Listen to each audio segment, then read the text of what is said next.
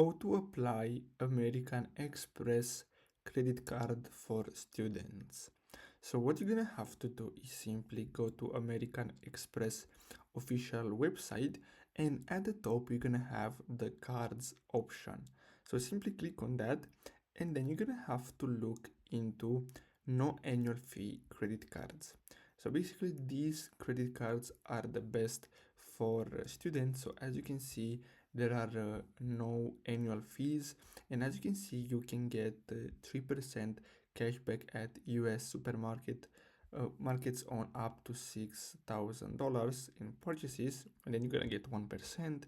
So you get a lot of benefits with those credit cards. So as you can see, they have a lot of options that you can choose from. Now I suggest you to go with this one here. So simply click on view details and then simply click on apply now, and then you're gonna have to simply provide some info, and after that simply click on continue to terms, and after you submit your application you're gonna get a decision, and basically that's it. So I hope you found this video helpful. Thanks for watching.